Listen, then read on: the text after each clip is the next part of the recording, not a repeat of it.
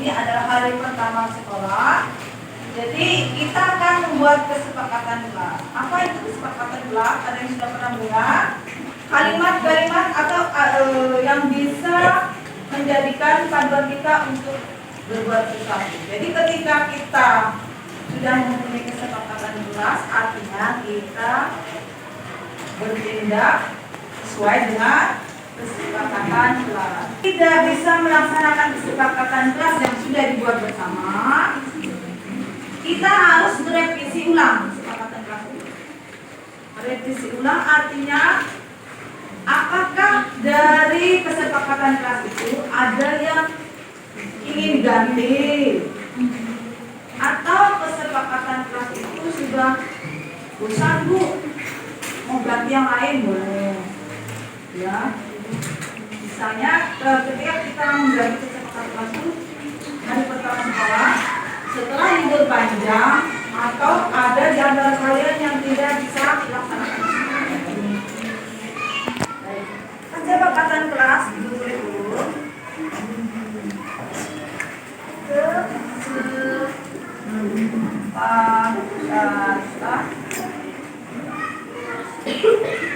kesepakatan kelas itu tidak panjang kalimatnya, cukup sekitar 5 kalimat, dan semua itu merupakan kalimat positif.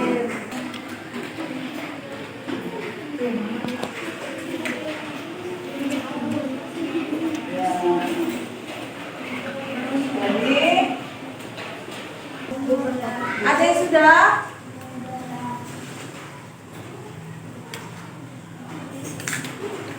Kalau sudah boleh maju, ditempelkan ya.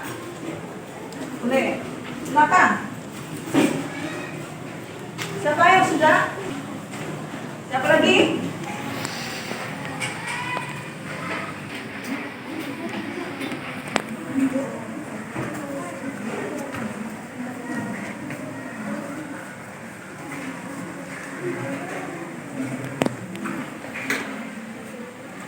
Lanjut. Artinya itulah yang kalian inginkan, ya kan? Tuh. Ya, pertama dibacakan. Belajar dengan nyaman.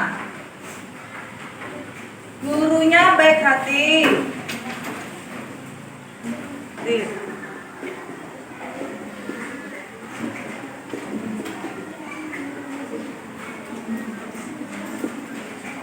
Yang kedua, kelas bebas dari coretan atau menghormati guru dan warga sekolah. Disiplin waktu, ya. Disiplin waktu. Kalau disiplin waktu artinya untuk semua ya, bukan saja datang, tapi saat mengerjakan tugas. Ya, itu ya. Kita ambil kata disiplin waktu ya. Tidak ada no bully. Tulisnya begini, betul? Betul tidak tulisannya begini? Pakai i atau y? Bully itu bisa melalui lisan, bisa juga apa? Fisik. Paham ya? Fisik bagaimana contohnya? Mukul. Lisan?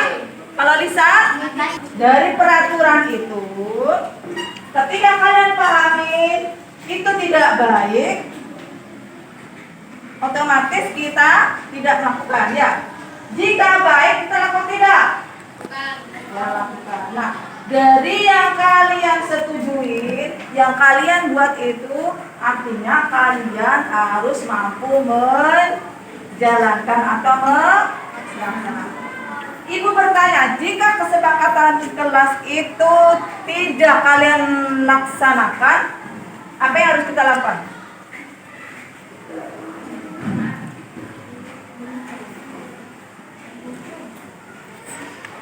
Suka dihukum?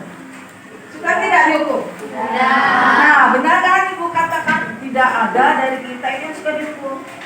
Tapi kalau misalnya ibu beri solusi, dari kesepakatan kelas ini apa yang buat kalian berat boleh diganti. kata-katanya. Misalnya, jangan berlari di trotoar, jangan berlari di teras, jangan berlari di kelas. Suka tidak kalian mulai mengatakan jangan berlari?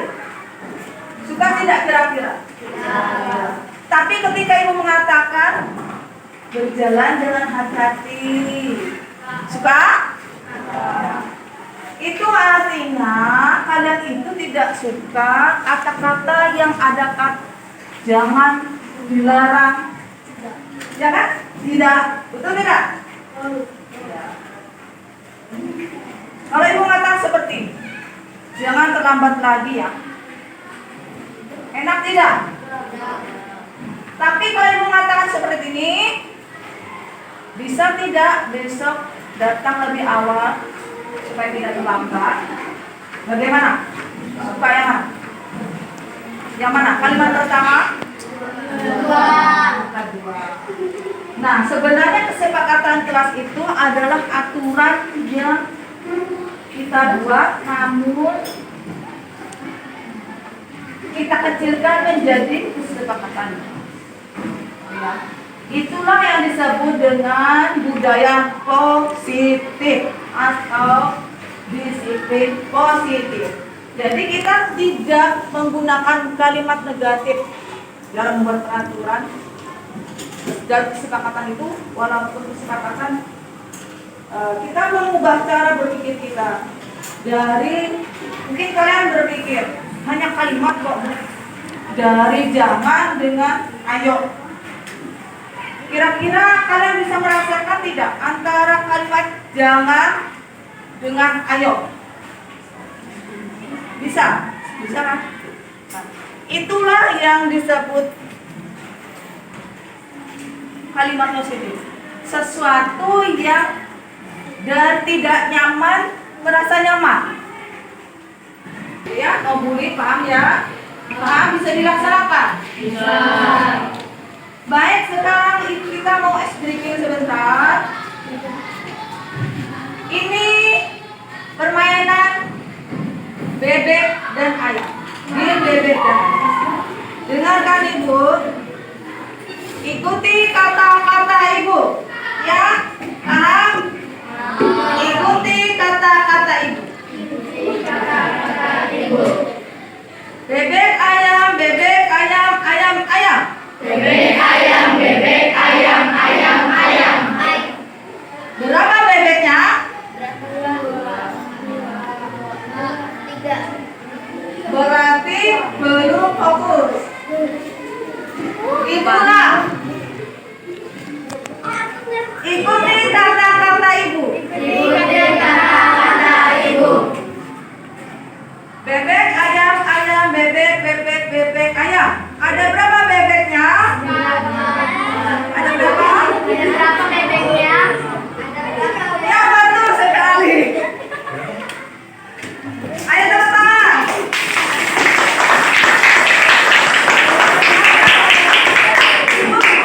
Clue-nya apa tadi? Ikuti kata-kata ibu. Apakah ibu mengatakan hitung bebeknya? Ya, ini ibu mengatakan ikuti kata-kata ibu. Ulang ya untuk terakhir kali. Artinya sudah paham. Masih clue-nya ya, ikutin kata-kata ibu. Ikutin kata-kata ibu. Bebek ayam, bebek ayam, ayam ayam. Berapa bebek dan ayamnya? Aduh, tepuk tangan. Assalamualaikum warahmatullahi wabarakatuh.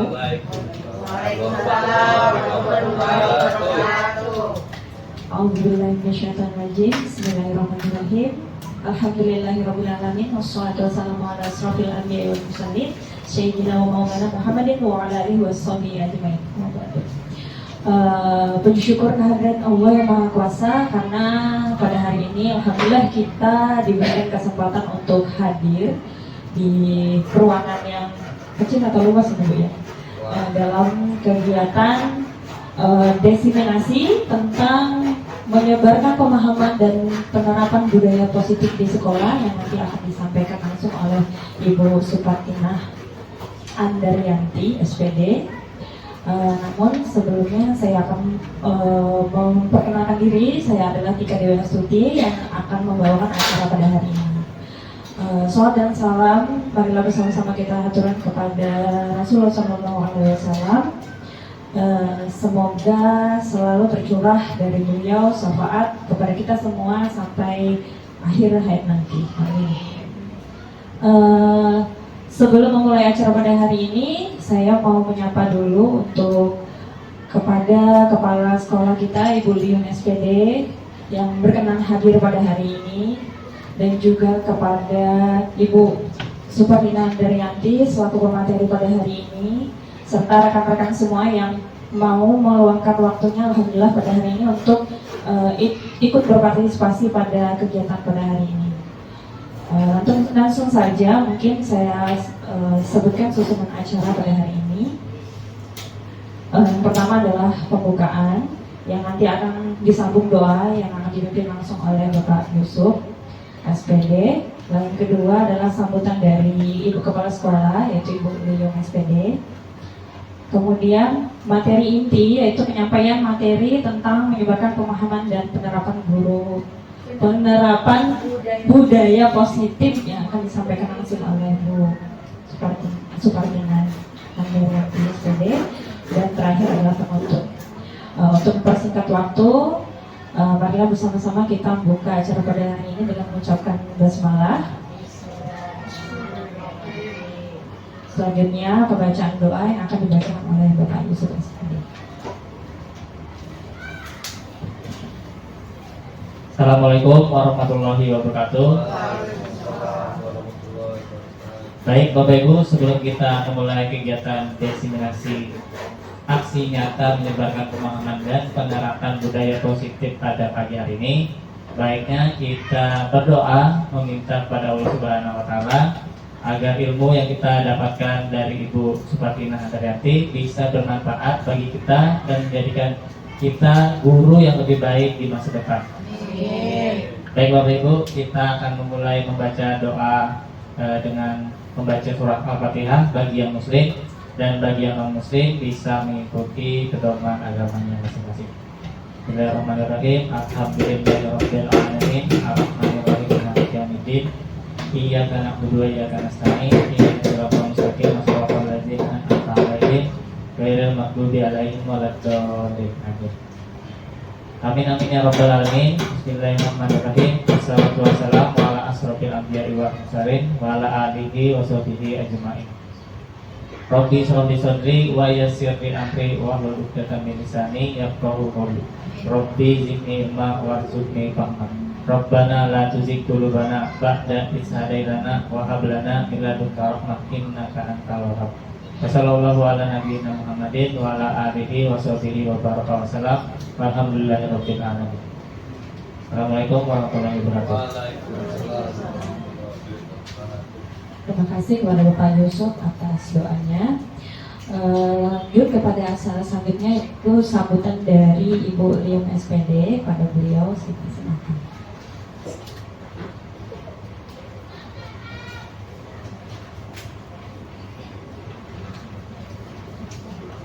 Selamat pagi dan salam sejahtera buat kita semua. Salam sehat buat semuanya. Dan saya hormati Ibu Wakil Kepala Sekolah, kedua Wakil Kepala Sekolah yang ada di sini, dan saya hormati Ibu Supartinah Andaryanti SPD yang sebagai pemateri pada hari ini, yang saya hormati semua dewan guru yang bisa mengikuti kegiatan pada pagi hari ini. Pertama-tama kita bersyukur pada Tuhan Yang Kuasa bahwasanya kita diberikan kesehatan, kekuatan untuk melakukan kegiatan-kegiatan kita. Walaupun sibuk, kita masih bisa mengambil waktu untuk menyempatkan diri kita mengikuti kegiatan kita pada pagi hari ini. Saya menyampaikan bahwasanya kegiatan yang kita laksanakan pada hari ini itu adalah salah satu kegiatan yang mendukung kita sebagai guru ya, ini salah satu persyaratan kita sebagai guru untuk kedepannya. Saya berharap sebagai guru penggerak ya, sebagai guru penggerak, dan juga kita ini sebagai untuk PNM kita juga itu adalah salah satu, juga ada persyaratan untuk hal tersebut. Kita melakukan kegiatan ini yang mana Bu Yanti adalah salah satu guru penggerak yang dari sekolah kita menyampaikan pemaparan sebagai persyaratan untuk melanjutkan ke jenjang berikutnya. Dan saya berharap kepada teman-teman yang lain supaya mengikuti jejak beliau dan mendaftarkan diri sebagai guru penggerak yang ada di sekolah kita, dan berharap semuanya banyak mengikutinya. Itu harapan saya, dan terima kasih untuk kesediaan teman-teman semua bisa mengikuti kegiatan ini yang nantinya akan disampaikan oleh Bu Yanti, Bu Supartina Andarianti SPD, dengan judul menyebarkan pemahaman dan penerapan budaya positif. Nah, dari judulnya aja kita sudah bisa mengambil satu kesimpulan bahwa apa yang beliau sampaikan itu adalah memaparkan tentang budaya positif yang akan kita hadapi di hari-hari ke depan ini dalam kita menghadapi tugas pekerjaan kita di sekolah. Mungkin itu sedikit kata sambutan dari saya, dan berharap kita bisa mengikutinya dengan baik, dan juga Bu Yanti bisa menyelesaikan tugasnya dengan baik, dan semangat untuk kedepannya. Itu harapan saya, dan sukses buat Ibu Supartina Andarianti SPD. Terima kasih.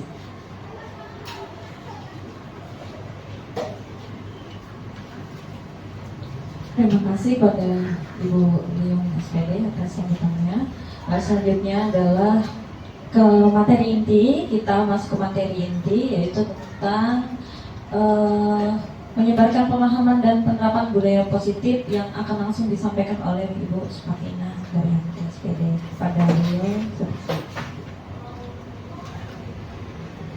Bismillahirrahmanirrahim. Assalamualaikum warahmatullahi wabarakatuh. Waalaikumsalam. Pertama-tama saya ingin ucapkan beribu terima kasih untuk teman-teman juga ibu kepala sekolah yang telah memberikan waktunya untuk saya untuk hari ini kita sama-sama belajar menyebarkan tentang pemahaman dan penerapan budaya positif di sekolah kita. Jadi di sini saya selaku calon guru penggerak angkatan 10 beri tugas untuk memberikan pemahaman ini kepada teman semua, agar ilmu yang saya dapatkan ini bisa saya tularkan ke semua pihak. Jadi bukan hanya saya yang dapat ilmu, tapi teman-teman juga akan mendapatkan manfaatnya, insya Allah ke depan.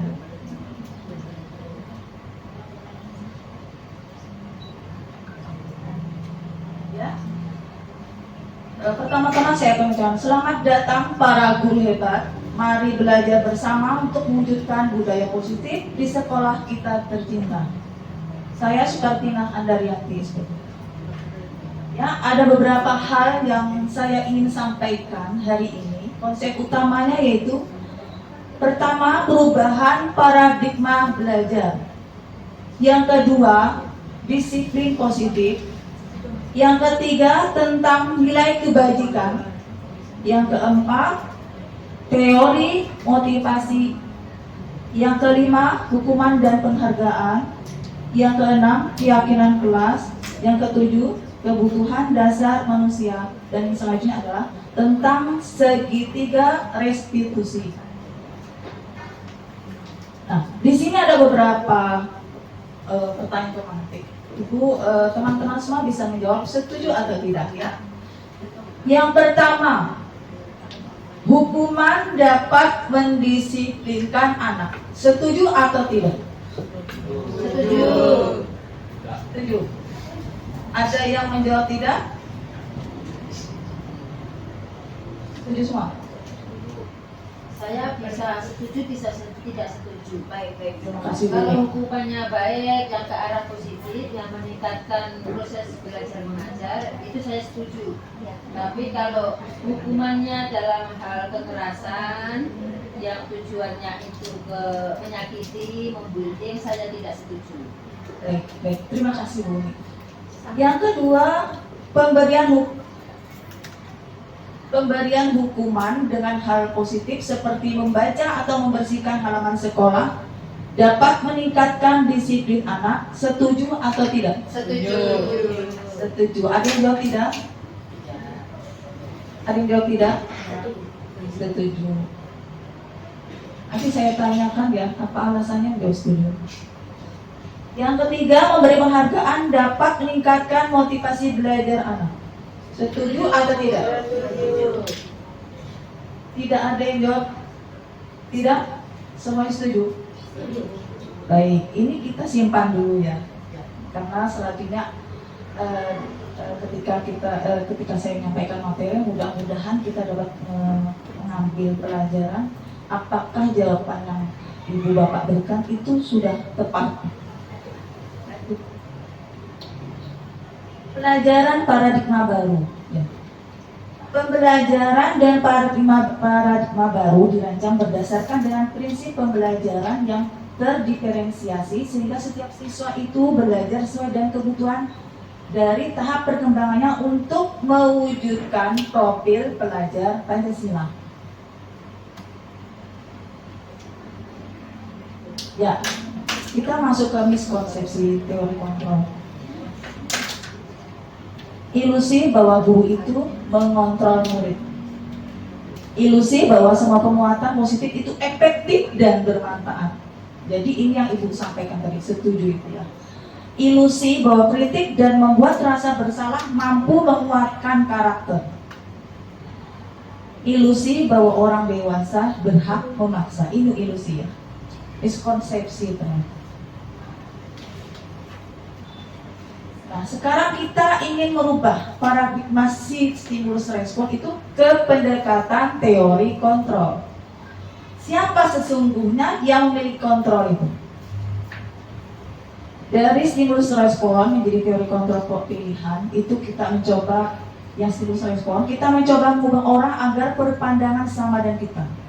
Nah, kita ubah menjadi kita berusaha memahami pandangan orang lain tentang dunia. Jadi perubahan stimulus respon dari perilaku buruk dilihat sebagai suatu kesalahan, kita ke semua perilaku itu sebenarnya memiliki tujuan. Kemudian orang lain bisa mengontrol saya. Beralih kepada hanya Anda yang bisa mengontrol Anda. Jadi diri kita sendiri yang bisa mengontrol diri kita. Saya bisa mengontrol orang lain, beralih kepada Anda tidak bisa mengontrol orang lain. Pemaksaan ada pada saat bujukan gagal, beralih kepada kolaborasi dan konsensus menciptakan pilihan-pilihan baru. Dari model berpikir menang atau kalah, beralih kepada model berpikir menang-menang. Jadi kita tidak akan mengambil yang menang, ada yang kalah, tapi sama-sama menang. Lanjut ke disiplin positif. Apakah makna disiplin? Berasal dari bahasa Latin disciplina, yang artinya belajar. Disiplin diri membuat orang menggali potensinya menuju sebuah tujuan. Apa yang dia hargai, ya. Jadi, namun dalam budaya kita, makna kata disiplin telah berubah menjadi sesuatu yang dilakukan seseorang pada orang lain untuk mendapatkan kepatuhan. Kecenderungan umum adalah menghubungkan kata disiplin dengan ketidaknyamanan, bukan dengan apa yang kita hargai atau pencapaian suatu tujuan ini. Nah, tugas kita sebagai pendidik adalah menciptakan peserta didik yang memiliki disiplin diri, sehingga mereka berperilaku mengacu kepada nilai-nilai kebajikan universal dan memiliki motivasi intrinsik. Motivasi intrinsik itu apa Ibu? Ada yang tahu? Motivasi intrinsik? Ya, betul sekali. Terima kasih. Motivasi yang berasal dari dalam diri kita sendiri, bukan ekstrinsik. Ya, ekstrinsik. Ya, betul sekali. Dari luar untuk perubahan perilaku ke arah yang lebih baik. Jadi disiplin itu berubahnya dari dalam diri dulu, bukan dari orang lain.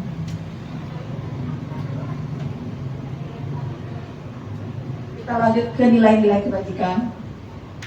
Nilai-nilai kebajikan adalah sifat-sifat positif manusia yang merupakan tujuan mulia yang ingin dicapai setiap individu. Nilai-nilai tersebut bersifat universal dan lintas bahasa, suku bangsa, agama maupun latar belakang. Menurut ilmuwan, psikolog, setiap perilaku atau perbuatan itu memiliki suatu tujuan. Dengan mengaitkan nilai-nilai kebajikan yang diyakini seseorang, maka motivasi intrinsiknya akan terbangun, sehingga menggerakkan motivasi dari dalam untuk dapat mencapai tujuan mulia yang diinginkan. Nah, tadi kita sudah menyebutkan bahwa kita sudah mengenal namanya profil pelajar Pancasila. Teman-teman semua sudah memahami apa saja yang termasuk dalam profil pelajar Pancasila ya. Ada beriman dan bertakwa kepada Tuhan Yang Maha Esa dan berakhlak mulia, berkebinekaan global, bergotong royong,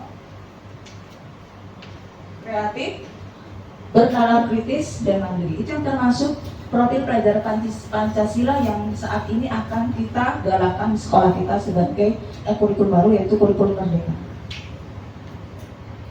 Teori motivasi perilaku manusia. Kita masuk ke teori motivasi perilaku manusia.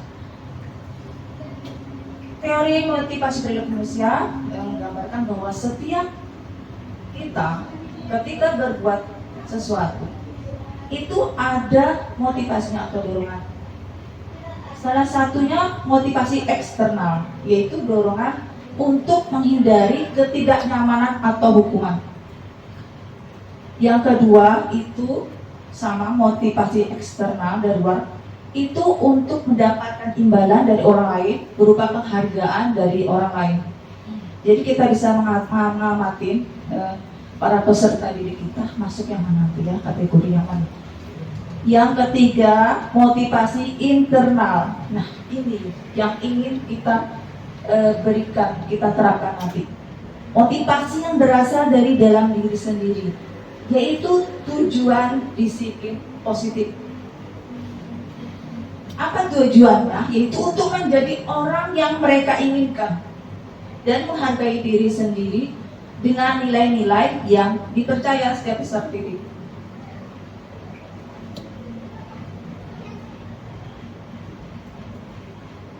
Mungkin kita bertanya, sini ada bertanya, dihukum dengan penghargaan, maksudnya apa?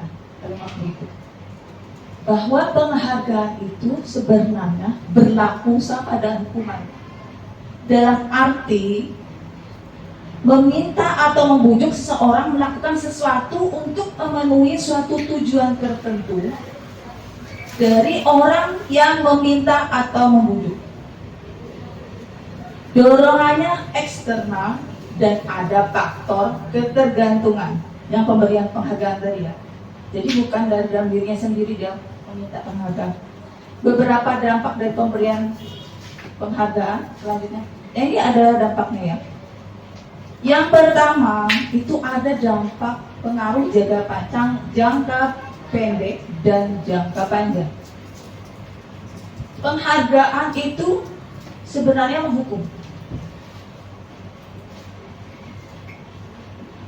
Kemudian penghargaan itu mengurangi ketepatan.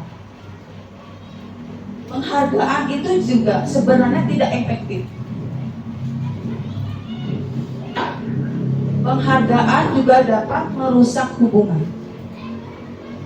Penghargaan dapat menurunkan kualitas penghargaan mematikan kreativitas, dan penghargaan mengurangi motivasi intrinsik. Kita perhatikan contoh berikut. Ini apakah termasuk hukuman atau konsekuensi ya tindakan buruk? Pertama, mencatat 100 kali di dalam buku kalimat dengan tulis saya tidak akan terlambat lagi karena terlambat ke sekolah. Itu hukuman atau konsekuensi menurut Bapak Ibu? Hukuman. Lanjut. Lari mengelilingi lapangan basket 2 kali karena terlambat hadir di sekolah. Hukuman atau konsekuensi? Hukuman. Murid diminta untuk push up 15 kali karena tidak menggunakan masker ke sekolah. Hukuman atau? Hukuman. Membersihkan tumpahan air di meja tulis karena tersenggol pada saat belajar. Konsekuensi. Murid disuruh untuk mengenakan sepatu seharian di sekolah karena tidak mengenakan sepatu hitam. Hukuman atau? Murid disuruh untuk mengenakan sepatu seharian di sekolah karena tidak mengenakan sepatu hitam.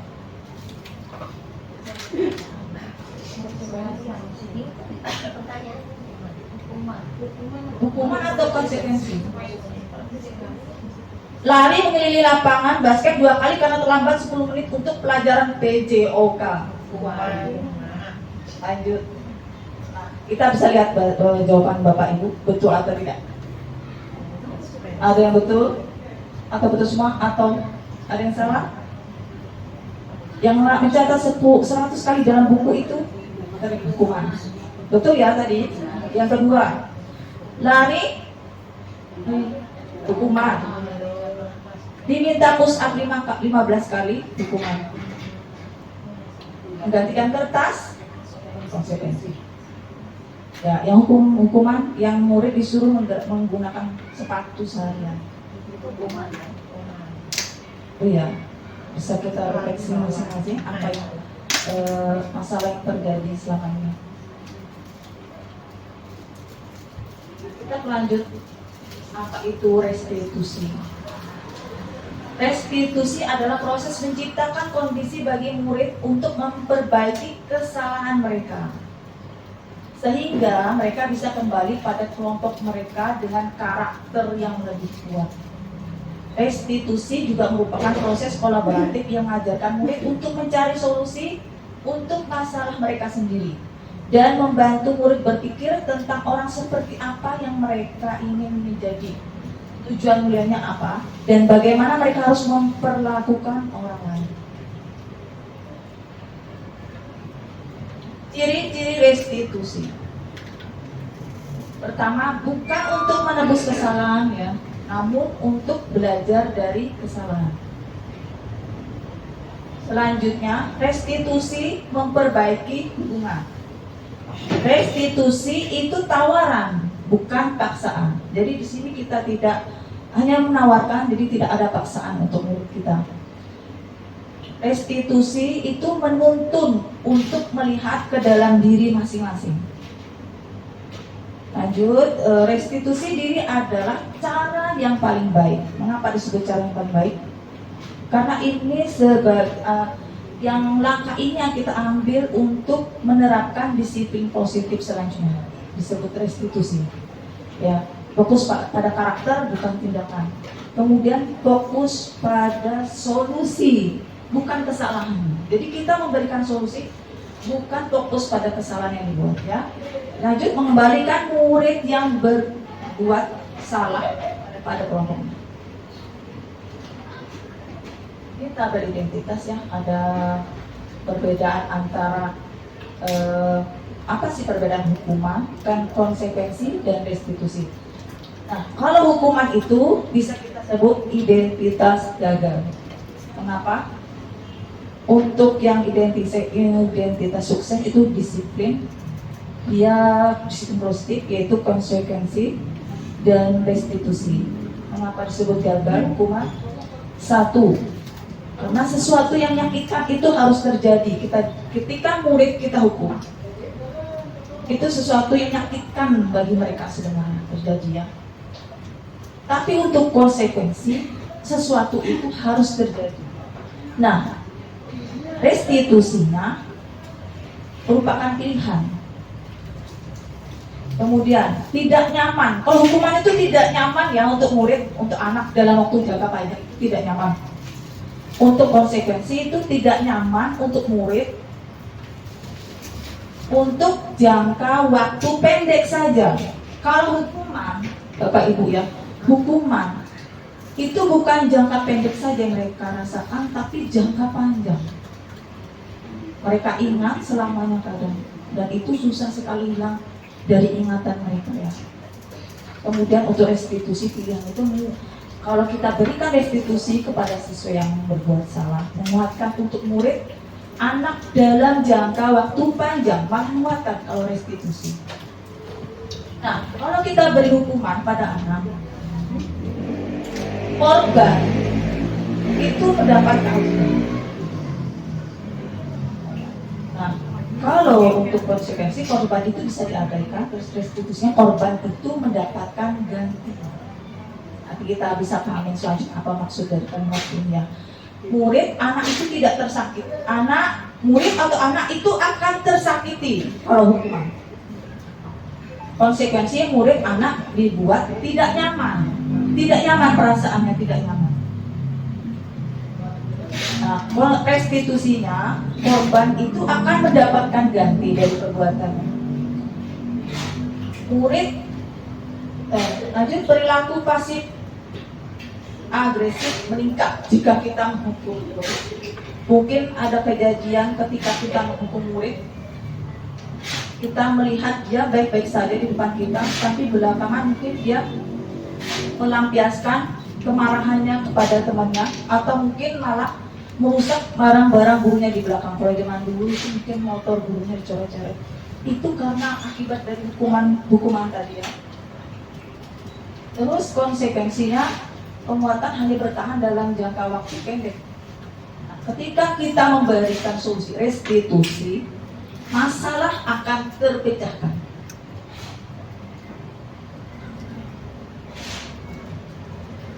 Lanjut ya, ketika diberi hukuman, sistem itu tidak akan berjalan bila murid tidak takut. Jadi kita tunggu takut dulu berbicara terus. Kemudian memerlukan monitoring dan supervisi terus-menerus dari guru untuk konsekuensi tadi ya. Restitusinya, murid belajar bertanggung jawab untuk perilakunya. Bukan untuk hukuman lagi, berlaku hanya pada sebuah institusi, tidak berlanjut pada kehidupan nyata, membantu menerapkan mengikuti peraturan dalam masyarakat, fokus pada pemecahan masalah dalam jangka waktu panjang. Hukuman, peraturannya, contoh kalimatnya, peraturannya adalah titik-titik, kamu harus. Kalau konsekuensi, kalimatnya seperti ini. Apa peraturannya? Mampukah kamu melakukannya? Terima kasih. Untuk restitusi, kalimat restitusi, apa yang kamu yakini? Apa yang kamu bisa lakukan untuk memperbaiki masalah ini? Kita bisa melihat perbedaannya tidak Bapak Ibu dari kalimat ini. Dari hukuman, konsekuensi, kemudian restitusi. Nah, yang hukuman, murid akan membenci peraturan.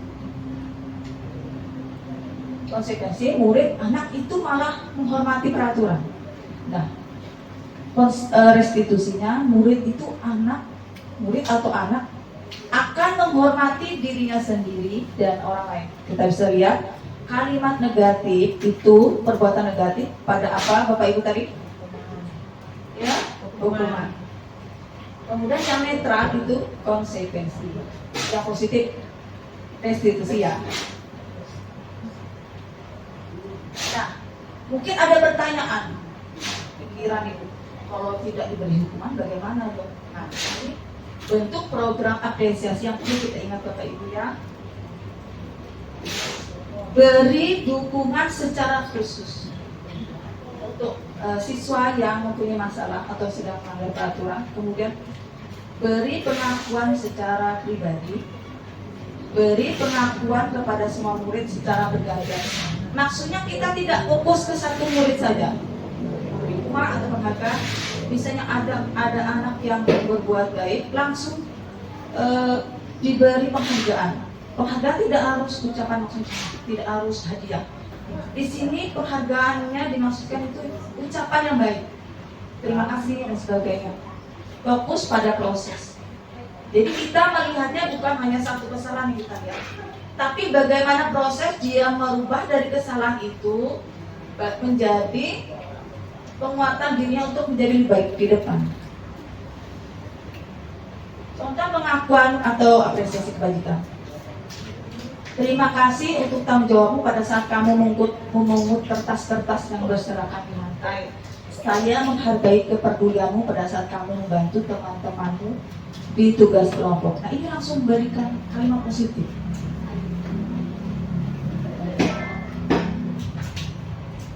Kebutuhan dasar manusia. Kita masuk pada kebutuhan dasar manusia. Kebutuhan dasar manusia itu ada berapa Bapak Ibu? Yang pertama itu bertahan hidup. Suaranya mana Bapak Ibu? Bertahan hidup. Yang kedua, kasih sayang dan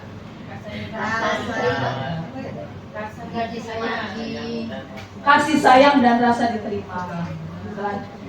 Yang ketiga, kebebasan. Yang keempat, yang kelima, jadi ini adalah kebutuhan dasar manusia.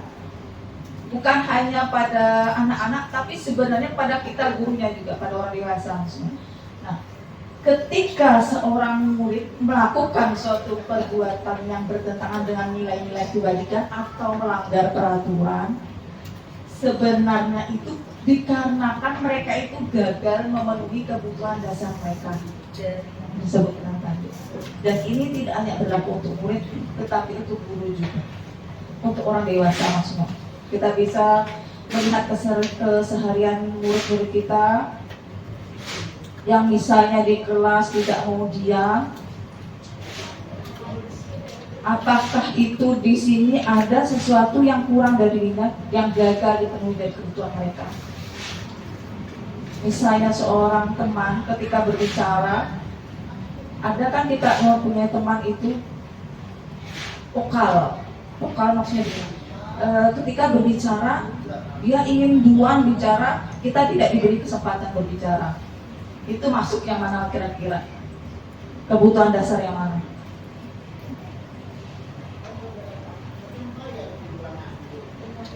Penguasaan. Ya, dia ingin berkuasa maksudnya. Dia ingin kebutuhan dasar mereka tentang penguasaan, ingin menguasai orang lain.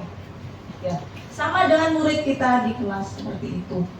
Ketika kita mendapati murid kita misalnya suka jalan-jalan, ribut, kita pahami dulu kebutuhan dasar yang kita sudah sebutkan tadi. Berarti dia ini salah satu dari kebutuhan dasar ini belum terpenuhi Bapak Ibu.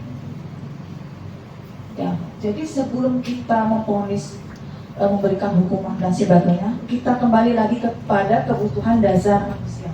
Ya, lanjut. 5 posisi kontrol guru. Ini 5 posisi kontrol guru ya. Pertama itu yang tadi Bapak Ibu ya, penghukum. Penghukum ini guru seperti ini senantiasa percaya hanya ada satu cara agar pembelajaran bisa berhasil, yaitu cara dia. Jadi dia tidak peduli murid itu mau berbicara apa, memberi alasan apa. Pokoknya kamu salah, ya salah saja. Biasanya guru yang memberikan bersikap penghukum ini nadanya tinggi, kadang dengan telunjuk menunjuk, kemudian dengan mata melotot. Itu saya itu penghukum. Itu ciri-ciri penghukum. Nanti kita lihat ciri-ciri kalimatnya bagaimana. Yang kedua, guru sebagai pembuat rasa bersalah. Maksudnya apa? Di posisi ini murid akan memiliki penilaian diri yang buruk ketika mempunyai guru seperti ini. Murid itu merasa tidak berharga Bapak Ibu. dan telah mengecewakan orang-orang disayanginya. Kenapa kok membuat rasa bersalah, maksudnya apa? Membuat rasa bersalah maksudnya anak itu merasa bersalah sekali. Guru tidak, nadanya tidak tinggi Bapak Ibu, tidak membentak, nadanya pelan. Tapi kalau kita bilang tuh nusuk, pelan dengan sambil mendekat. Nah, nanti contoh kayak ini. Dia tidak kasar, tidak keras, tapi malah pelan. Dia menguasai murid itu dengan kalimat saja. Sudah bisa menguasai murid ya. Lanjut, teman, guru sebagai teman.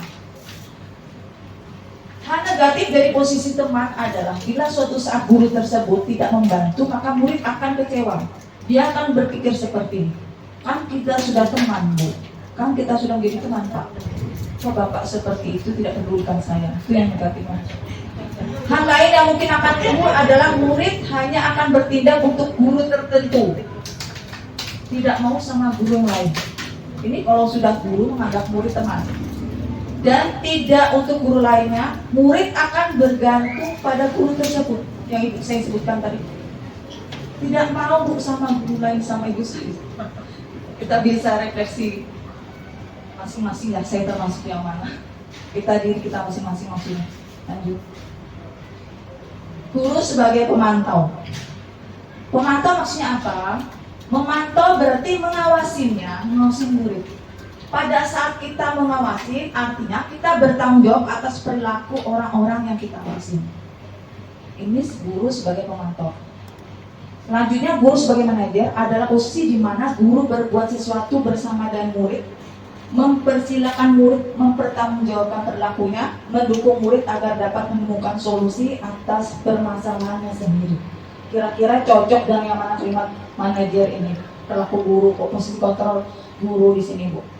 Masuk yang mana, cocok yang di mana? Yang restitusi tadi ya. Tuh ya, restitusi. Ini contoh kalimatnya. Kita masuk yang mana? Yang pertama, guru sebagai penghukum. Patuhi aturan saya atau awas. Awas. Kalau kamu selalu saja salah, terlambat terus, ibu tidak mau menerima alasan kamu. Itu penghukum. Nadanya tinggi, membentak itu biasanya. Kalau kita bilang itu agak kasar, tapi tidak selalu juga sih kasar. Baik, nada tinggi. Pembuat rasa bersalah. Ibu sangat kecewa sekali dan kamu. Pelan nada ya, tapi menusuk. Berapa kali Bapak harus memberitahu kamu ya? Berapa kali? Ibu berapa kali ngasih tahu kamu, diulang lagi kesalahan. Gimana coba? Orang tua kamu tahu kalau kamu berbuat salah begini, bagaimana coba?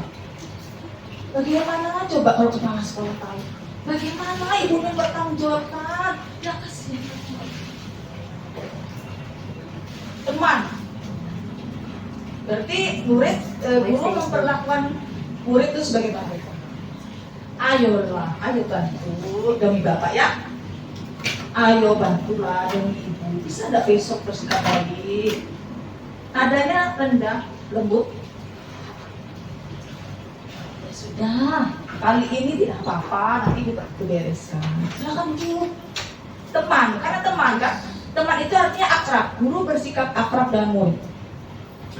Sebagai pemantau, pengawas.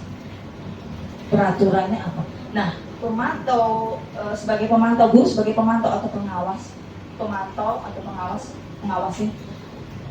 Tidak tinggi, nadanya tidak juga pelan. Data.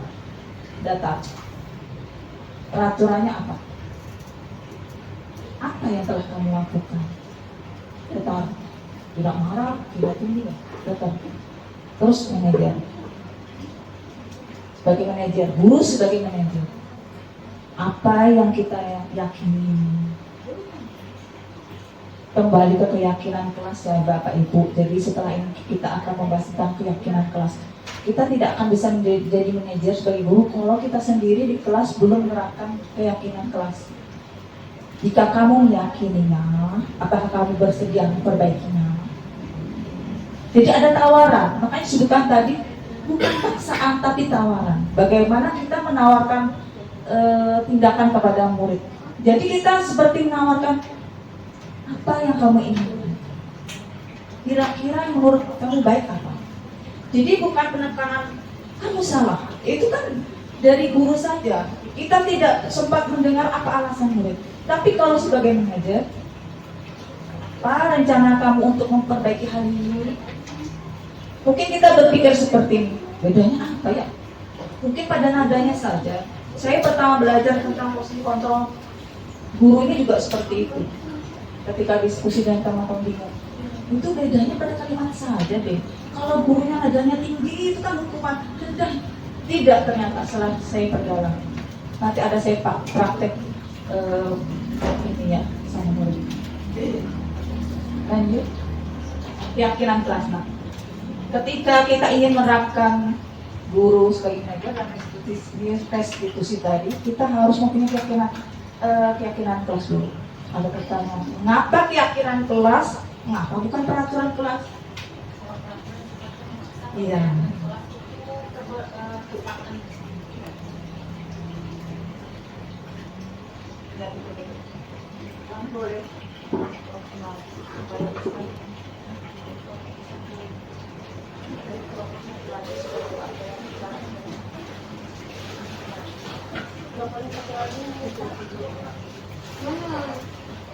Kembali ke nilai-nilai keyakinan yang lebih menggerakkan seorang dibandingkan mengikuti serangkaian peraturan-peraturan.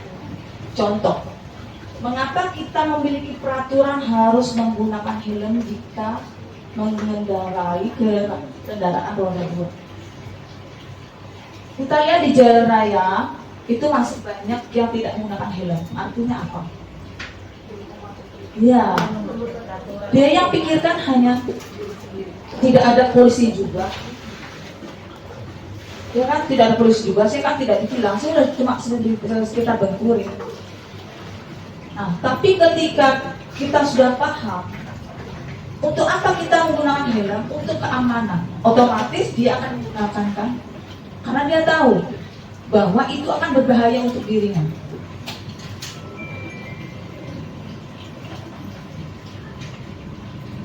Ini contoh pembentukan keyakinan kelas. Keyakinan kelas itu bersifat lebih abstrak daripada peraturan, rinci dan konkret. Kemudian keyakinan kelas itu berupa pernyataan universal, dibuat dalam pernyataan positif.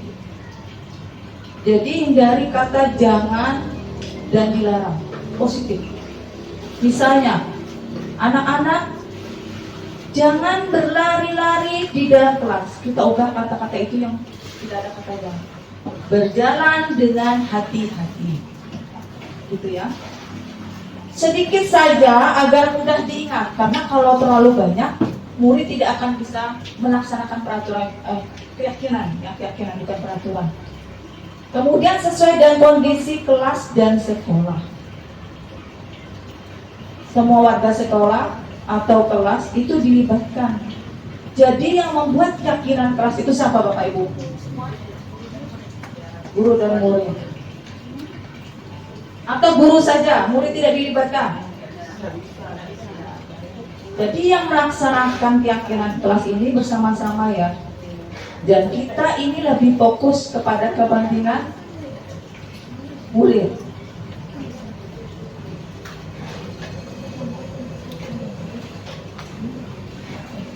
Ada segitiga restitusi. Ada yang pernah mendengar atau membaca segitiga restitusi? Belum. Kalau saya pernah pas buka PMM, ada yang di PMM. Waktu kita mengisi disiplin positif itu kan suruh sekolah kita ambil disiplin positif betul. Itu ada saya buka tentang segitiga restitusi. Saya bingung waktu itu, apa segitiga restitusi? Jadi terus terang saya tidak bisa melaksanakan misi maksimal PNM kemarin. Jadi segitiga restitusi itu suatu proses dialog yang dijalankan oleh guru agar dapat menghasilkan murid yang mandiri dan bertanggung jawab. Segitiga restitusi apa saja? Yang pertama, menstabilkan identitas. Yang kedua, validasi tindakan yang salah. Yang ketiga, menanyakan keyakinan. Contoh, menstabilkan identitas. Setiap, ini kalimatnya ya, contoh ketika kita ingin menstabilkan identitas murid. Maksudnya begini, ketika anak yang melanggar peraturan, karena kebutuhan dasarnya tadi yang belum terpenuhi, dia melakukan sesuatu masalah, itu prosesnya seperti ini dulu ya. Nanti ada contohnya ketika saya menjalankan segitiga restitusi. Segitiga apa ibu? Bahwa menstabilkan identitas, kalimatnya setiap orang pasti pernah melakukan kesalahan. Kemudian kamu bukan satu-satunya orang yang pernah melakukan kesalahan ini kok. Itu adalah menstabilkan identitas. Kemudian lanjut kalimatnya, lanjut ke validasi tindakan yang salah. Setelah kita sudah menetralkan anak, kan jangan langsung mana ya, dinetralkan dulu dengan menstabilkan identitas, stabilkan dulu emosinya yang mana. Baru kita bertanya, kamu tentunya punya alasan mengapa melakukan ini. Ada cara yang lebih efektif tidak untuk mendapatkan apa yang kamu butuhkan? Lanjut. Belum selesai Pak. Tadi. Yang itu, keyakinan kelas, menanyakan keyakinan. Keyakinan kelas apa yang telah kita sepakati. Makanya dari awal saya mengatakan tadi, kalau kita belum membuat keyakinan kelas, kita tidak bisa menjalankan segitiga restitusi. Kamu ingin menjadi orang seperti apa? Tawaran kan, kalimat tawaran kan.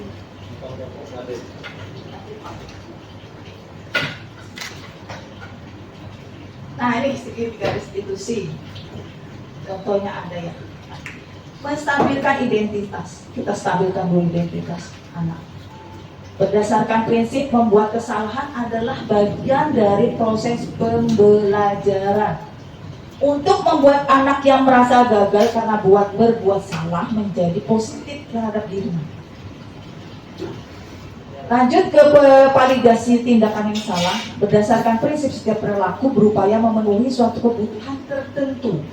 Kebutuhan yang tadi Bu, kebutuhan dasar manusia itu ada yang belum dipenuhi lagi. Membantu, jadi kita melakukan validasi tindakan yang salah itu agar kita dapat membantu murid mengenali basic need materi, kebutuhan dasar yang dipenuhi. Setelah kita pada posisi validasi tindakan yang salah, kita menanyakan keyakinan. Maksudnya lanjut ke pertanyaan selanjutnya kepada murid ya. Berdasarkan prinsip teori kontrol bahwa pada dasarnya kita itu termotivasi secara intrinsik. Ketika kita menanyakan keyakinan kepada anak itu akan lihat kesalahannya. Dihubungkan dengan norma sosial dan nilai-nilai yang mendasari manusia berinteraksi dengan orang lain. Jadi pada menanyakan keyakinan ini kita ngajak anak. Apakah ada nilai-nilai kebajikan yang kamu langgar? Begitu kan.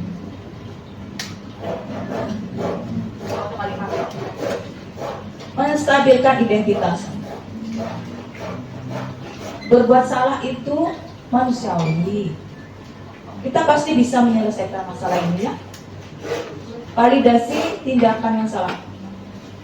Kamu pasti punya alasan untuk melakukannya. Apakah kamu bisa melakukan dengan yang lebih baik dari ini? Besok lagi menanyakan keyakinan. Apa kira-kira nilai yang kita percaya di sekolah, di kelas kita? Nilai-nilai universal apa yang telah kita sepakati? Kemudian kita tanyakan perasaannya. Apa yang kamu rasakan?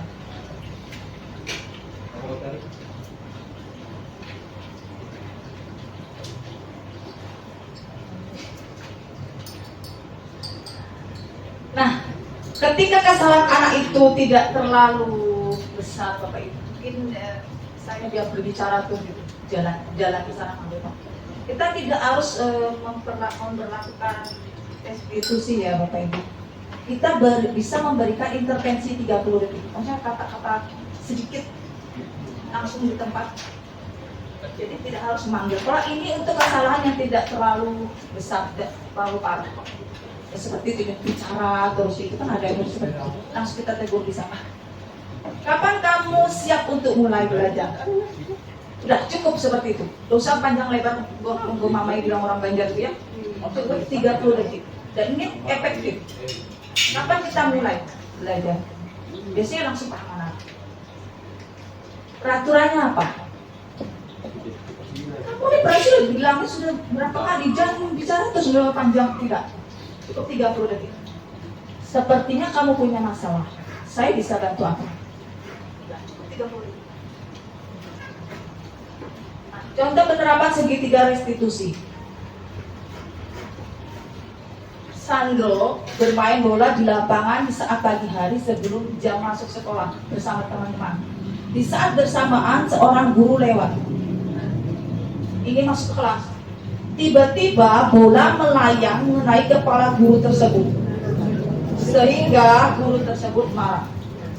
Ini contoh kita. Kita lihat bersama videonya ya.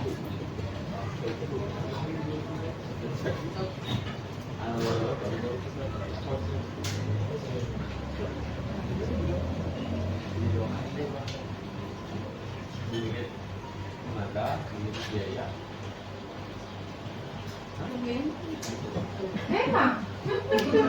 Ya itu video ya Pak. Video.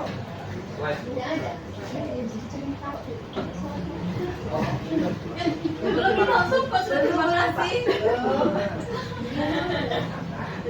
Ini video. Coba play. Nah, itu.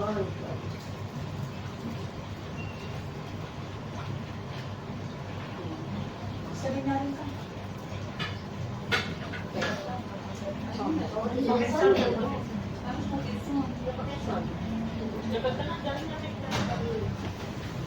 Mic-nya di sana, mic-nya di sana. Sebelah sana di sini. Masuk bisa dulu ya, masuk ke CD. Itu pakai Kami baru Sandro. Tadi ibu mendapatkan laporan bahwa saya ditanya bahwa sehingga menyanyi orang hidup. Apakah benar atau tidak? Benar, tapi saya sudah minta maaf kemudian yang bagus karena saya sama jadi tentunya sekali dengan Allah bahwa cara itu tidak saya kita dapat menyelesaikan masalah ini dengan baik. Bagaimana? Kami setuju. Jadi kira-kira Sandro yang dilakukan tadi benar atau tidak? Tidak, Bu. Bagus. Apakah kamu bisa mengubah perilaku tersebut agar tidak membahayakan orang lain? Bisa, Bu. Menurut Sandro, apakah bermain bola bukan di jam olahraga? Sudah tepat. Tidak, Bu. Memang masih banyak guru yang hebat dan ahli kelas yang bermain di luar kelas. Apakah kamu merasa telah melanggar aturan yang ada di sekolah kita? Ya, Bu. Kira-kira apa yang kamu sepakati di sekolah kita? Dilarang bermain bola jika bukan jam olahraga.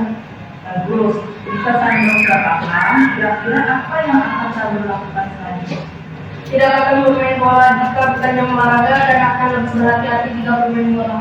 Bagus. Jika Sandro mulai memperbaiki perilaku, kira-kira Sandro mau jadi orang seperti apa? Saya akan menjadi orang yang taat peraturan dan menghormati orang lain. Itu sangat mendukung Sandro. Sekarang boleh melanjutkan belajarnya. Semangat tetap olahraga ya. Baik, Bu, terima kasih. Video kedua ya.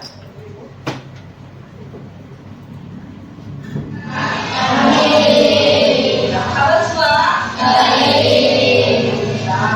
Hari ini Ibu dan kalian semua ingin membuat sebuah kesepakatan. Ada yang membuat kesepakatan?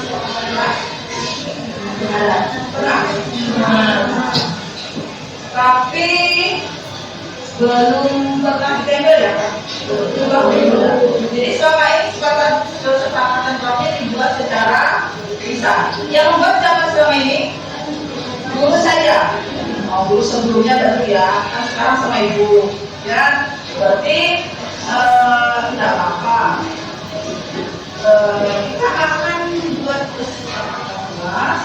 Jadi yang membuat itu kalian, karena kesepakatan luas itu kan bukan ibu yang membuat, bukan salah kalian. Jadi nanti yang membuat kesepakatan luas itu kalian, ya. Yang pertama yang ditanyakan kepada kalian, kelas yang seperti apa yang kalian inginkan? Salah. Yang ibu sekarang bertanya, apa lagi?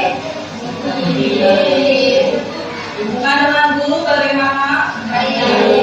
Kalimatnya seperti apa bagusnya? Hubungan saya dengan guru apa? Terus apa lagi misalnya? Selama ini kira-kira ada hal-hal yang tidak nyaman enggak? Ada hal-hal tidak nyaman. Ada misalnya ribut saat kemudian ada yang mengerjakan tiket atau tidak biasanya? Apa disuruh dulu? Disuruh dulu. Bagaimana menurut kalian? Apakah setiap perilaku atau perlakuan itu disuruh dulu atau dikerjakan langsung? Sudah belum? Berarti sudah seharusnya sesuai dengan kamu.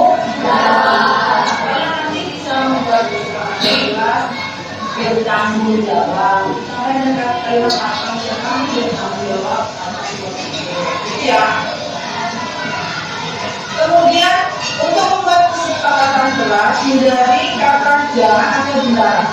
Contohnya misalnya dilarang membuat sampah sembarangan, itu dihindari ya nanti kalau membuat kesepakatan kelas. Jadi diganti kalimat yang positif itu kalimat yang bagus. Ya. Kalau jangan itu kan ada yang positif bagus ya. Buanglah sampah dan tempat sampah. Positif itu baik. Jadi kalimat jangan membuang sampah sembarangan itu kita ganti dengan buanglah sampah tempat tempatnya. Kemudian misalnya ada kalian suka tidak kalau ribut di bulan lain temannya di luar? Tidak suka. Kalimatnya kalian bisa pilih misalnya seperti ini. Jangan berlari-lari di luar. Itu bisa nggak kita pakai kata aja? Jadi seharusnya bagaimana menurutnya? Berjalan berhati-hati. Jadi begitu ya. Itu hanya contoh membuat kesepakatan. Kesepakatan itu kita buat dari aturan. Kalau kalian bertanya, ada aturan sih bu? Ada nggak terpikir seperti itu? Bukan aturan. Kalau aturan kan kita akui bu nanti. Kalau tidak dikerjakan kan kami akui. Ini kita sedang perubahan paradigma baru. Jadi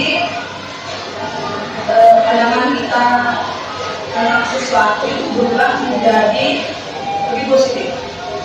Jadi kita tidak memperlakukan hubungan, tapi lebih kepada konsekuensi. Kalau misalnya kita membuat peraturan, kita harus tahu dulu mengapa peraturan itu dibuat dan mengapa tidak boleh dilanggar. Ya, benar. Ibu bertanya, misalnya begini. Mengapa kita harus menggunakan helm?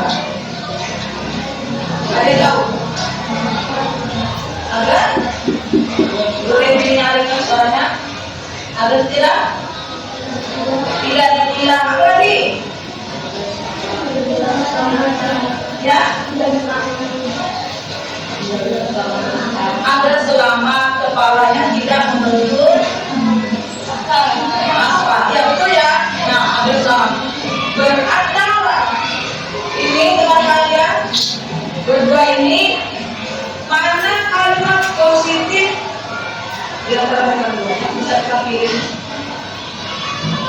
agar tidak terhilang atau agar selamat. Kalian pikirkan baik-baik. Segala sesuatu itu harus berasal dari diri kalian sendiri. Itu harus dipilih positif.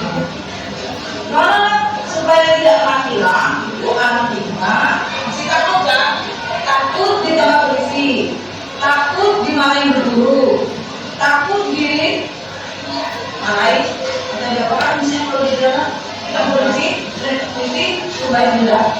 Tapi kalau ada meja selama itu salah.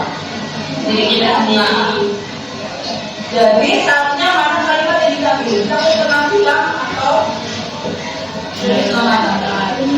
Ya, itu namanya yang positif. Maksudnya itu kita berbuat sesuatu itu bukan karena takut sesuatu dimain, takut itu tidak, tapi karena demi kepentingan kita sendiri. Kalau misalnya kita sudah pakai helm, kemudian jatuh, jadi caranya apa? Bawahnya tidak pakai helm, apakah terus ada kekuatan kepalanya? Nanti kan kalau hilang, tidak. Kalau terjadi sesuatu, ya apa ya? Kita bisa menggunakan hal yang Ibu akan bagikan kertas. Kalian boleh tulis apa saja yang kalian inginkan selama ini. Terus seperti apa yang kalian inginkan kira-kira terus menjadi kalian inginkan nyaman derajat apa tadi? Ya, apa lagi? Bisa ditambahin kalimatnya ya, jangan nanti bersih. Ya, ibu dari orang kita nanti dari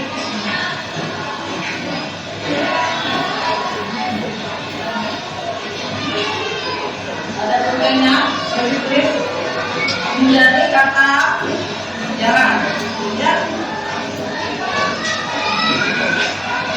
Berdiri boleh apa yang diinginkan?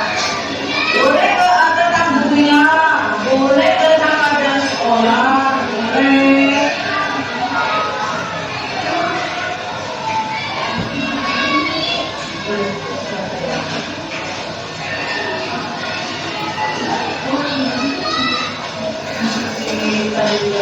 Kalau tidak paham boleh ditanya, tapi ini terserah saya ya. Kalau bukunya ada di sini. Masih dia bersih, ditulis. Nanti kan sudah selesai tempel jelas di ibu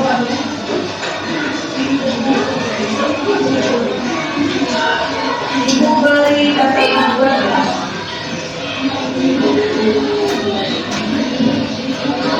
Jangan tulis, jangan kata-kata tidak membuat kata-kata kesepakatan jelas dengan kalimat jangan, ya kan? Jadi ibu beri gambaran seperti apa yang kalian inginkan, boleh dijawab. Boleh dijawab. Ya. Kedua, apa kira-kira lingkungan seperti apa yang diinginkan?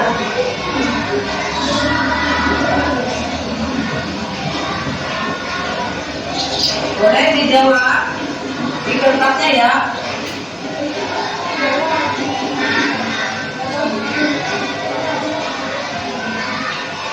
Apalagi boleh langsung dijawab. Apa yang harus kalian lakukan agar impian kalian tercapai? Tentang kelas ya.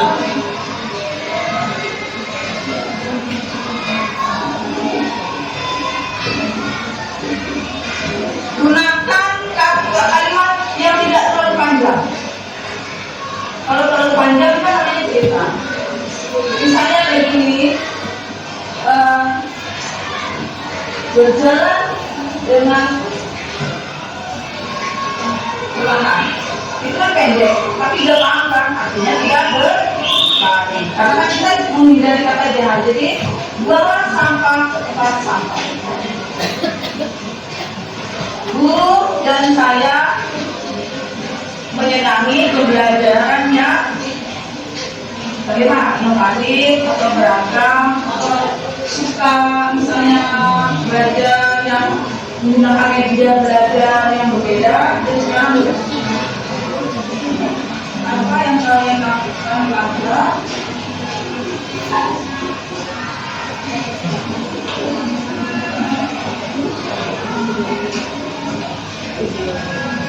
Kelas seperti apa yang kalian berikan? Mulai ditulis tertib. Jadi tapi dibuat dengan kalimat dibuat seperti apa? Bersih, aman, damai, tidak ada pertengkaran misalnya. Apa yang kalian lakukan agar impian kalian tercapai? Kira-kira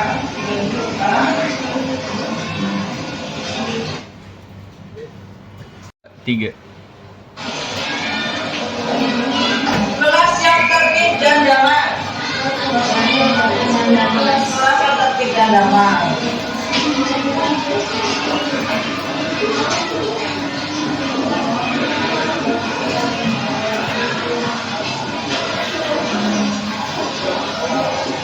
Yang kelima,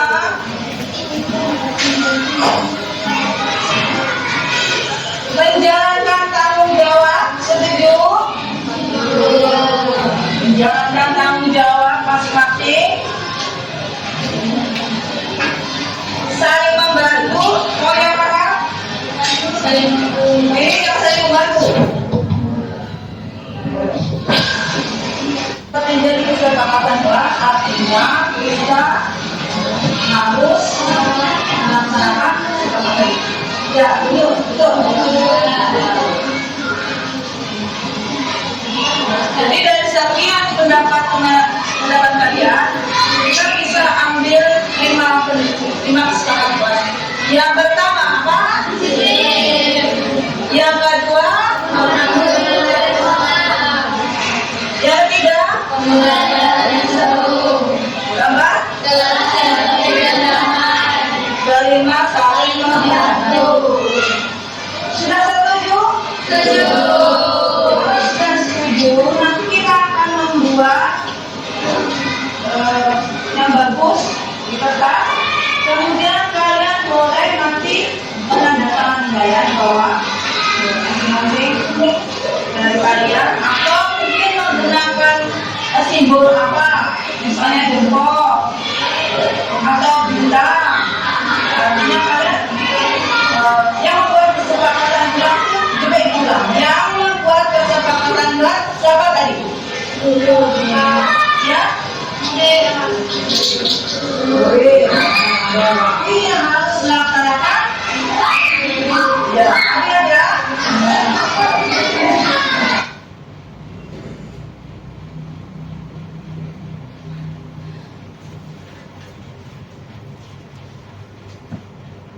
Baik, Bapak Ibu. Terima kasih sudah menyaksikan video dari awal sampai akhir. Ini sesi terakhir ya. Jika ada dari teman-teman yang ingin menanyakan atau memberi umpan balik dari pengalaman atau memberikan pendapat, silakan.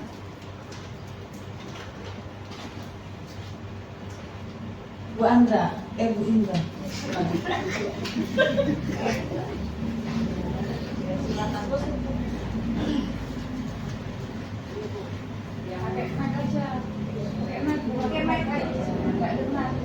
Assalamualaikum warahmatullahi wabarakatuh. Baik, Bu Mustartina, yang ingin saya tanyakan mengenai pengalaman dan mengenai kesepakatan kelas. Apakah kesepakatan kelas itu dilakukan di awal atau bagaimana dalam kelas itu ya? Yang kedua, kesepakatan kelas ini untuk kelas 1 kan belum bisa apa-apa tuh. Bagaimana menurut Ibu yang baiknya untuk kelas 1? Kalau kelas 3, 4 saya rasa kan bisa itu kesepakatan kelas itu. Nah, saya rasa itu aja Bu, 2 pertanyaan yang ingin saya tanya. Baik, terima kasih. Apakah dari teman-teman ada yang punya pengalaman yang ngajar kelas 1? Boleh berikan pendapat. Kelas 1 ada? Tidak ada. guru agama atau kelas 2? Saya mau coba menjawab ya Ibu Indra, mohon maaf. Pertanyaan pertama, kapan membuat kesepakatan kelas? Jadi kesepakatan kelas ini dibuat ketika tahun ajaran baru. Yang pertama pada saat tahun ajaran baru, murid baru, siswa baru perkenalan. Yang pertama kita akan mengenalkan kesepakatan kelas. Kenapa? Jangan membuat peraturan dulu. Kalau peraturan dilarang ini, dilarang itu, kesannya apa bagi anak? Apalagi kelas 1 ya, dia sudah negatif duluan terhadap gurunya, kebanyakan aturan. Nah, ketika kita mengenalkan peraturan kesepakatan kelas itu tidak dari kelas 1, tidak hanya kelas tinggi, tapi kelas rendah juga. Bisa dari kelas 1, 2, 3, sampai kelas 6 kita buat. Sampai SMP, SMA juga membuat itu. Sampai ya PAUD. Sampai saya pendidikan guru penggerak juga ada kesepakatan kelas. Awalnya saya bingung, karena kan kesepakatan kelas ini untuk yang belum kurikulum merdeka, belum paham ya. Saya sendiri terus terang belum pernah membuat sebelum ikuti pendidikan guru penggerak, karena tidak paham itu maksudnya apa, bedanya apa, manfaatnya apa, belum paham. Nah, ketika saya mengikuti pendidikan guru penggerak itu baru paham. Itulah menjadi acuan kita untuk menerapkan restitusi kepada anak didik kita.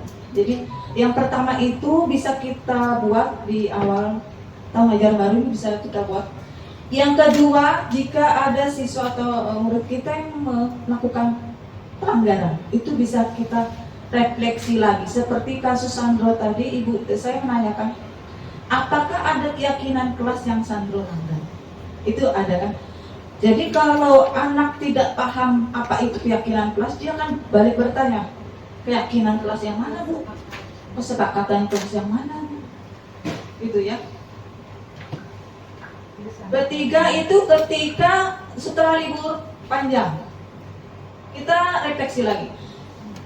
Ya, itu kita refleksi lagi. Jadi membuat kesepakatan kelas itu tidak hanya sekali Bu, Bapak Ibu, 1 tahun sekali sampai jelek itu kesepakatan saya rusak dia kan, tidak seperti itu. Jadi kita refleksi terus menerus. Apalagi kalau anak itu berulang kali melanggar peraturan, kita aja bicara lagi anak.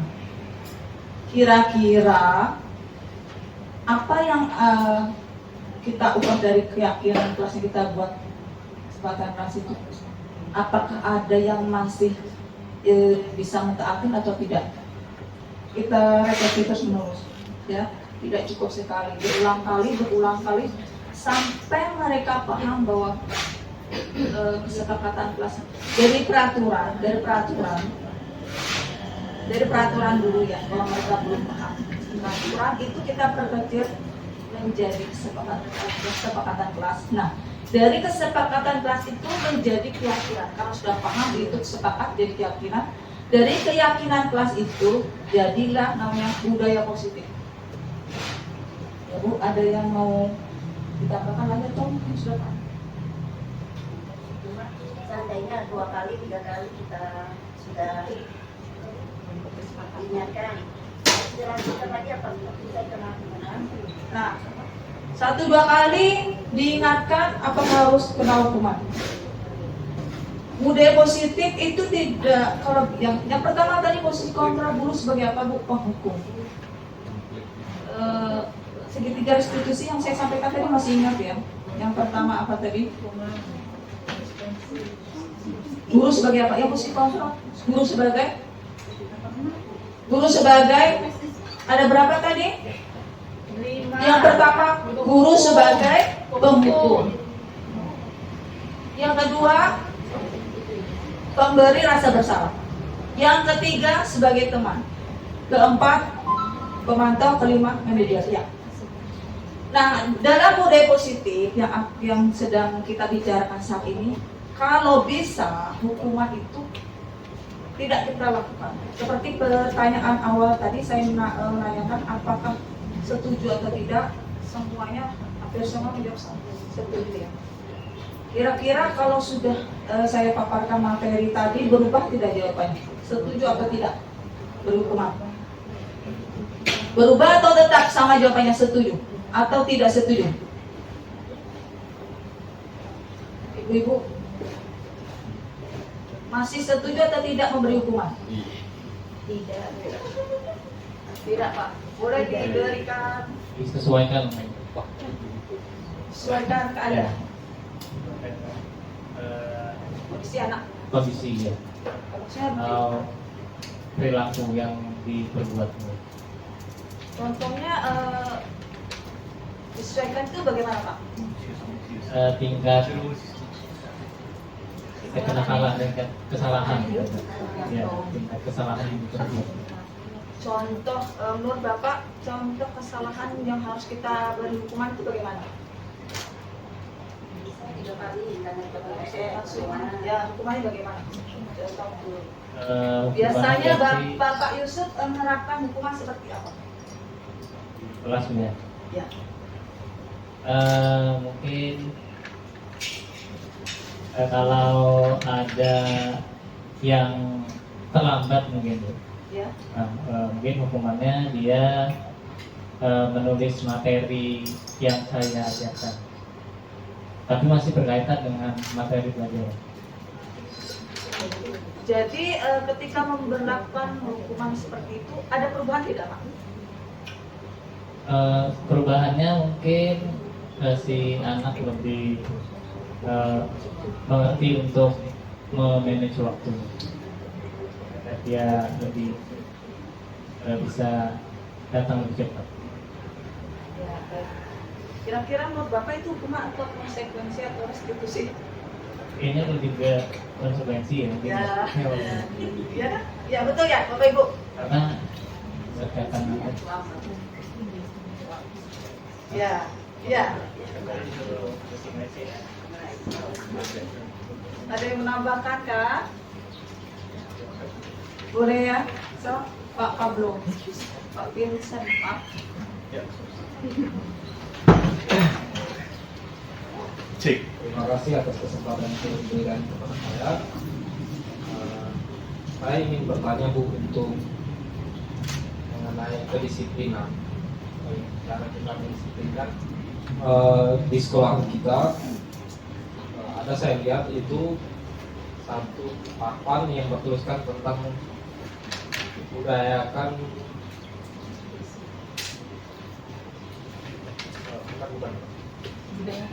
budayakan malu 10 budaya 10 budaya malu. Nah, kalau di sekolah itu biasanya kan ada yang malu untuk datang terlambat, kemudian malu melihat teman sibuk beraktivitas, malu melanggar aturan, dan malu berbuat salah.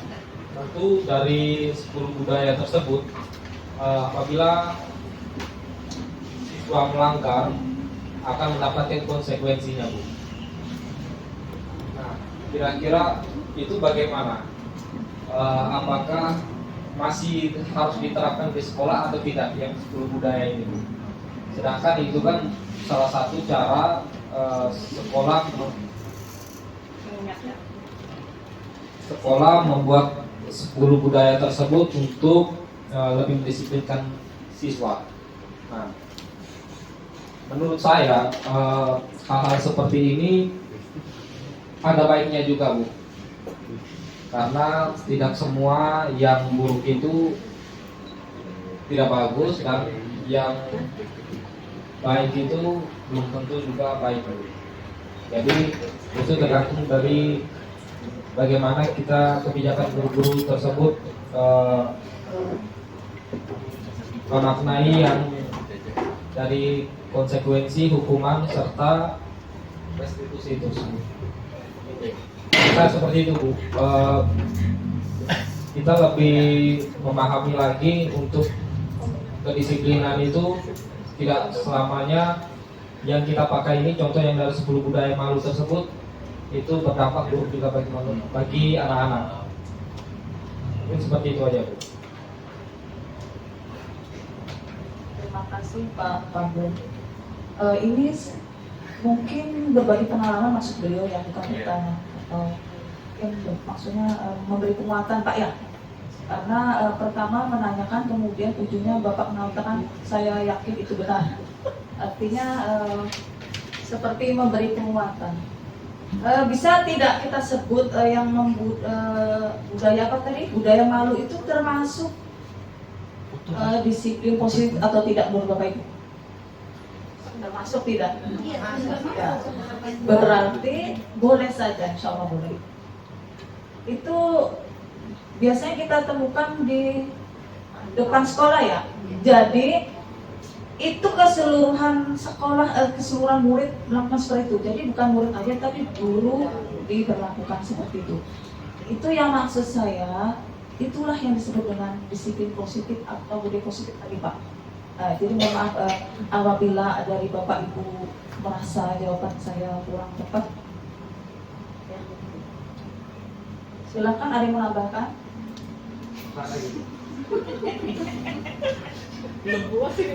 Seperti yang saya jelaskan tadi, walaupun yang kita lihat dari satu sisi itu merupakan salah satu disiplin positif, tapi di balik itu juga apabila siswa melanggar tentu mendapatkan konsekuensinya. Contohnya mungkin dikucilkan teman-teman apabila melakukan kesalahan. Nah, di balik, maksudnya di belakang guru kan pasti ada teman-temannya yang sebaya, pasti akan melakukan pengucilan tersebut Bu, terhadap anak tersebut. Nah, maksud saya, jadi bagaimana Bu tanggapan kita ini sebagai guru Bu? Kan di satu sisi ada baiknya, di satu sisi ada buruknya. Makanya yang tadi saya bilang, yang baik belum tentu baik, yang buruk juga belum tentu buruk. Maksudnya begini Pak ya, Bapak ingin menanyakan ini hukuman atau konsekuensi? Ya, ini kan salah satu, kalau mau dibilang aturan ya, Ya. yang penguatan kedisiplinan terhadap siswa, yang tentunya apabila siswa tersebut melanggar akan mendapatkan konsekuensinya. Nah itu. Jadi setiap aturan jika dilanggar pasti selalu akan menimbulkan konsekuensi. Ya. Itu yang namanya aturan. Ya. Nah, dan kita sebagai guru ini kan pasti selalu bertentangan dengan yang namanya konsekuensi sama hukuman. Ya. Nah, jadi bagaimana itu kira-kira? Kita kan memberikan konsekuensi atau hukuman itu kan bukan berarti itu salah satu perbuatan atau salah satu hukuman atau konsekuensi yang buruk, tapi kita lebih fokus atau lebih mengarah ke mendidik Bu. Oke, Bu. Terima kasih Pak. Jadi di antara 5 posisi guru tadi, yang satu menghukum perlu membuat resepsa atau restitusi tadi Pak ya, restitusi validasi atau yang mana tadi? Bapak Ibu yang dari materi tadi masuk yang mana dipertanyakan oleh Pak? Yang mungkin di sini masalah yang ditanyakan oleh Pak Vincent ini mungkin mengarah kepada restitusinya. Ya. Restitusi kan bagaimana prosesnya kita menyelesaikan tentang Hukuman tadi? Ya, bukan hukumannya kesalahan anak. Restitusi kan itu kan kita menyelesaikan masalah anak yang kita masalah anak yang bersalah gitu loh. Itu mungkin maksudnya begitu ya. Jadi bagaimana prosesnya gitu ya kan,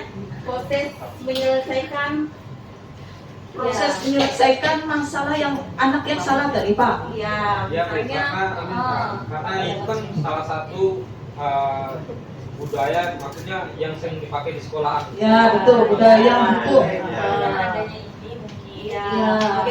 bagaimana prosesnya Ya, tadi saya baru menghubungkan materi dengan masalah yang dikemukakan oleh Pak Abdul tadi, ya. Jadi selama ini kan kita lebih sering menerapkan hukuman. Jadi materi pertama yang saya sampaikan tadi perubahan paradigma belajar. Ya. Nah dari budaya kita memberi hukuman itu diberi tawaran dan restitusi. Restitusi sudah saya sampaikan tadi itu tawaran. bukan paksaan ya Pak Pablo, bukan paksaan, restitusi itu bukan paksaan. Ya, kita pun memperlakukan murid seperti itu. Mungkin kebiasaan kita jadi penghukum ya, atau seperti saya ini lebih cenderung kepada pembuat merasa bersalah. Saya pikir dulu betul sudah saya ini, kamu kok begitu ya. Tapi memang setelah saya dapat ilmu, memang anak itu cenderung merasa bersalah kalau kita sudah, memang kalimat kita pelan, tapi menusuk bagi dia. Sebenarnya dia merasa, kok aku sudah membuat ibu guru sedih ya, kok aku sudah membuat masalah ya. Nah itu. Kemudian saya beri contoh ya, saya secara pribadi membuat rasa bersalah saya ini. Kemudian yang kedua tuh saya biasa jadi teman bagi mereka. Pengalaman ya Pak Pablo, mungkin pengalaman ya. Tidak marah-marah, cuma ayolah kok begitu ya. Ternyata saya pikir bagus itu dulu. Saya pikir bagus nih untuk murid. Jadi mereka ini lebih dekat dengan saya. Ternyata setelah saya belajar tentang posisi kontrol guru tadi, mereka itu cenderung manja tanpa misalnya saya tidak ada, seperti kata Pak Pablo tadi, mereka akan kembali ke kebiasaan lama.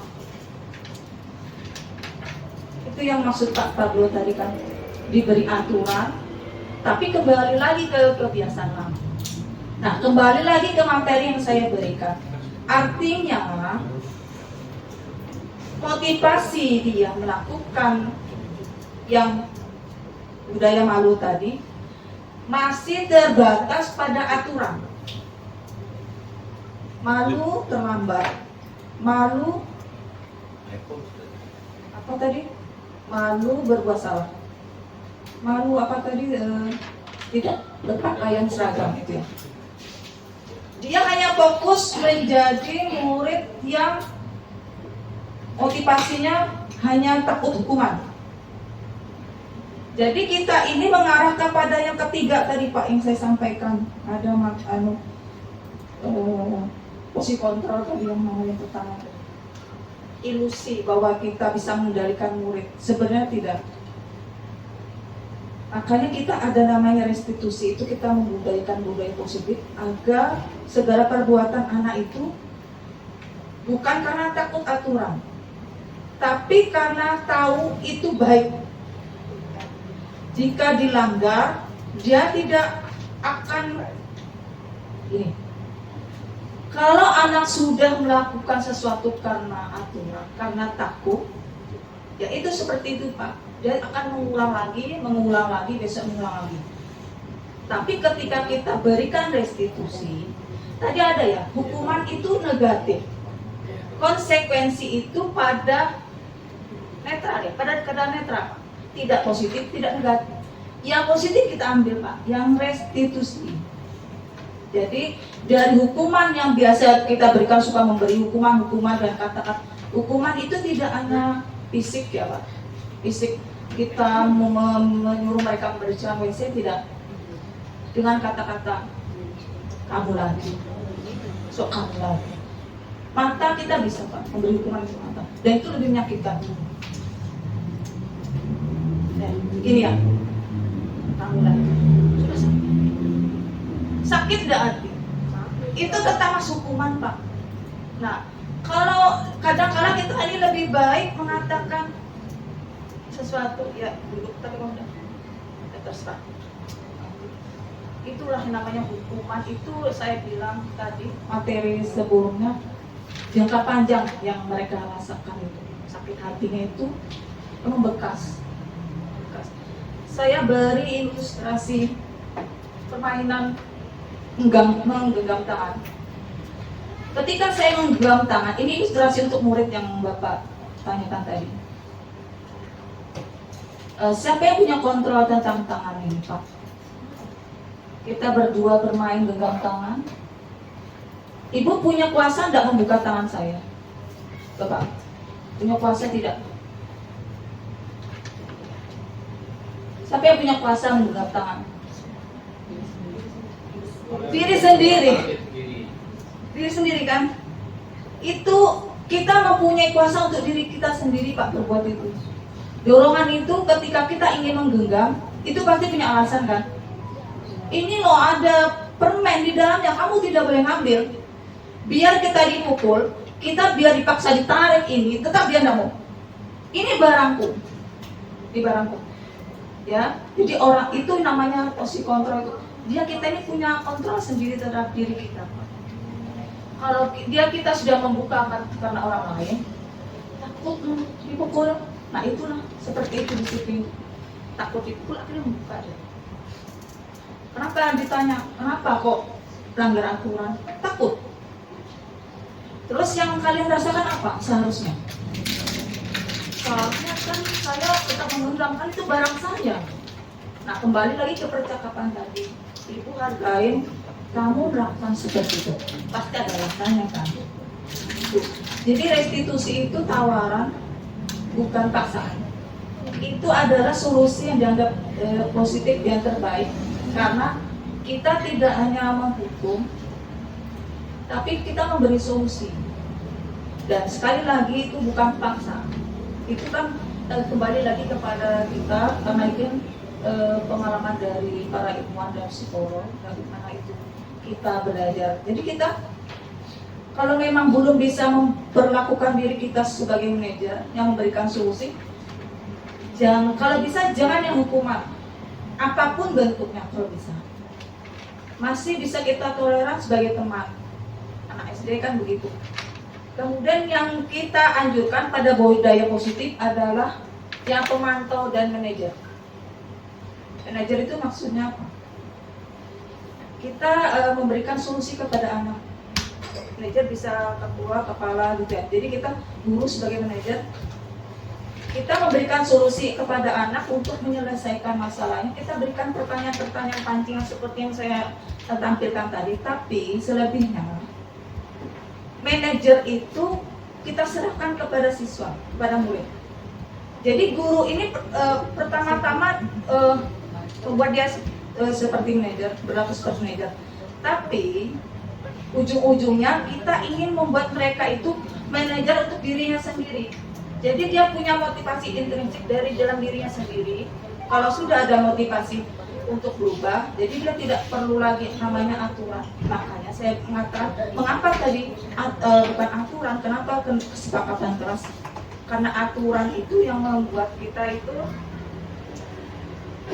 cenderung berontak dan aturan. Tapi kalau sudah kesepakatan kelas, artinya kan sudah sepakat. Itu yang harus dilakukan. Lebih baik, saya mohon maaf jika jawaban saya ini ada yang salah. Siapa tahu terang-terang ada yang mengatakan atau cukup ya? Ya. Ya. Terima kasih ya teman-teman teman-teman hadir di tempat ini. Insya Allah mudah-mudahan sedikit banyak ilmu yang saya dapat. Amin. Saya serahkan kepada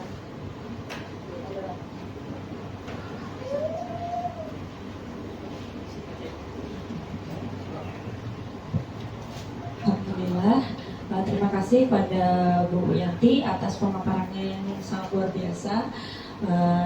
Izinkan saya menyampaikan kesimpulan pada hari ini bahwasanya di setiap sekolah itu sudah seharusnya mengubah budayanya dari budaya pemberian hukuman kepada anak-anak menjadi budaya positif. Lewat apa? Lewat kegiatan mendisiplinkan anak melalui keyakinan kelas yang di dalamnya itu sudah terdapat restitusi dan lain sebagainya. Seperti yang dipaparkan oleh Bu Yanti. Mungkin itu saja kegiatan kita pada hari ini. Sebelum kita menutup acara pada hari ini, izinkan saya memohon maaf apabila terdapat banyak kekurangan pada acara hari ini. Semoga ilmu yang kita dapatkan pada hari ini bermanfaat, dan marilah bersama-sama kita mengucapkan alhamdulillah untuk menutup kegiatan pada hari ini. Terima kasih. Assalamualaikum warahmatullahi wabarakatuh.